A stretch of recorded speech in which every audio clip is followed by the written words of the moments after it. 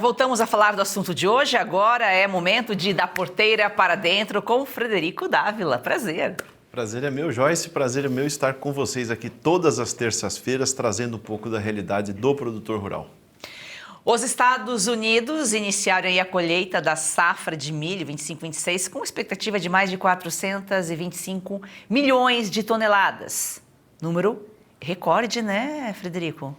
Joyce, é a maior produção de milho da história mundial de um país, né? É uma coisa assim inacreditável. E nós estamos vindo, os Estados Unidos vem de uma produção de 350 milhões de toneladas. Então o salto é muito grande. E lembrando que a produtividade americana é quase o dobro da brasileira, né? Então enquanto a gente está falando aqui no Brasil de 6 a 7 mil quilos por hectare, em média, nós estamos falando nos Estados Unidos, 11.500 quilos de média em determinadas regiões tradicionais da cultura do milho. Facilmente a gente consegue pegar estados com médias acima de 15 mil quilos por hectare. Praticamente o dobro do Brasil, até mais. Por quê? A que se deve isso? É clima, né? Clima e solo. E você tem uma questão básica ali nos Estados Unidos, que você tem uma latitude maior, né? E, consequentemente, você tem um período de insolação maior, você tem mais luminosidade. E eles plantam o milho como cultura principal, ou seja, cultura de verão, porque eles não podem fazer safrinha. Aqui no Brasil, se eu não me engano, no ano de 2008, a safrinha virou maior do que a safra. Então, hoje a safrinha responde por mais volume de milho do que a safra de verão, porque os agricultores têm o milho como segunda safra, segunda opção após a soja. E lá nos Estados Unidos é a primeira safra, ou seja, é a safra principal. E também eles têm uma condição de solo, né, Joyce, de uma matéria orgânica elevadíssima, porque eles estão numa região temperada, né? Então, eles têm uma condição de solo bastante superior à nossa. A gente tem regiões no Brasil que produzem espetacularmente bem, igual aos Estados Unidos, como o seu estado natal, Santa Catarina, tem regiões como Abelardo Luz, Xanxerê, etc., que produzem muito. Rio Grande do Sul, região de Passo Fundo, Paraná, região de Guarapuava. No milho verão tem produtividades bastante elevadas. Mas não é uma produtividade média do Brasil, porque a gente tem a maioria daqui da produção de milho no sequeiro, né, na lavoura não irrigada, e também ela é na segunda safra. Então, portanto, esses são os principais motivos da produtividade dos americanos serem maior que a nossa. O Brasil é o terceiro produtor, mas os Estados Unidos que se cuide aí, porque a gente está aumentando também a nossa produção, que daqui a pouco a gente está mais próximo dos Estados Unidos. É verdade, mas a gente vê, né, Joyce, nesse caso, nós estamos falando de mais de 3 vezes a produção de safra e safrinha do Brasil, né? Então, se você pegar, somar safra e safrinha, tem que multiplicar por mais de 3 para dar o que a produção americana deve produzir nessa próxima campanha de 2025. A gente fala safrinha por força do hábito, né? Mas ela cresceu e virou uma segunda safra, né? Porque por que chama safrinha, né? Porque 2 motivos. Primeiro, porque ela produz menos, né? Então você planta na sequência do milho e ela não está colocada naquela condição ideal que seria no verão, que ela produziria mais. E segundo, porque se chamava safrinha na ocasião, porque justamente o volume dela, proporcionalmente à safra, era menor. E a safrinha hoje deram o nome de segunda safra, porque ela superou a safra de verão de milho. Hoje nós estamos falando aí em praticamente 5 vezes o volume da segunda safra comparado à produção de verão. Quase 5 vezes a produção de verão. Agora, Frederico, os números do USDA influenciam imediatamente aí nos preços internacionais de milho e talvez até soja? Com certeza.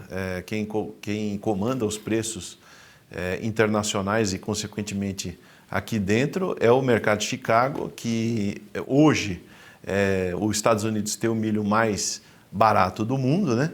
Já com algumas áreas sendo colhidas no meio oeste americano e na parte sul também dos Estados Unidos. Você tem lá lavouras sendo já colhidas e esse processo de colheita deve ir até mais ou menos ali o início de novembro, finalizando os estados mais ao norte, né? Ali na parte superior dos Estados Unidos. Lembrando que o incentivo desde dos ataques de 2001, das Torres Gêmeas, né? Os incentivos à indústria de etanol americana foram bastante grandes e, consequentemente, o consumo de milho para etanol hoje nos Estados Unidos é elevadíssimo. Nós falamos aí da ordem de 40% da produção americana é absorvida pela indústria de etanol americana. Agora, como o Brasil pode ser impactado pelo avanço da colheita americana? Principalmente pela oferta de produto no mercado, né, Joyce? Então, a partir do momento que os Estados Unidos colocam essa quantidade avassaladora de milho no mercado, isso existe automaticamente, vamos dizer, uma conjuntura de mercado onde você tem uma super oferta de produto e, consequentemente, você tem uma pressão de preços sobre esse produto, né? Então, você teve uma produção de safrinha excelente aqui no Brasil, né? Nessa safrinha de 2025. Estados como Mato Grosso do Sul, Paraná, na região ali do lago, né? Perto do Paraguai, que tiveram produções fantásticas na segunda safra. Mato Grosso e Goiás, idem. Então, você teve uma produção bastante grande aqui no Brasil.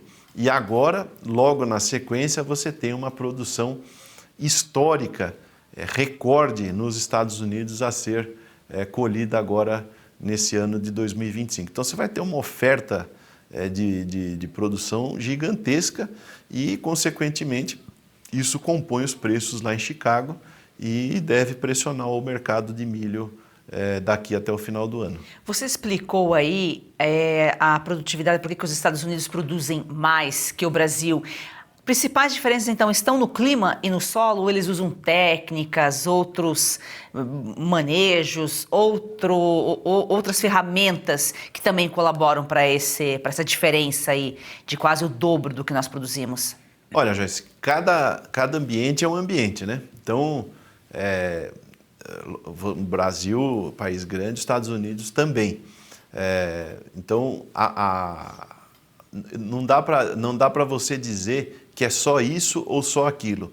Tem manejos que se fazem nos Estados Unidos que não adianta fazer aqui.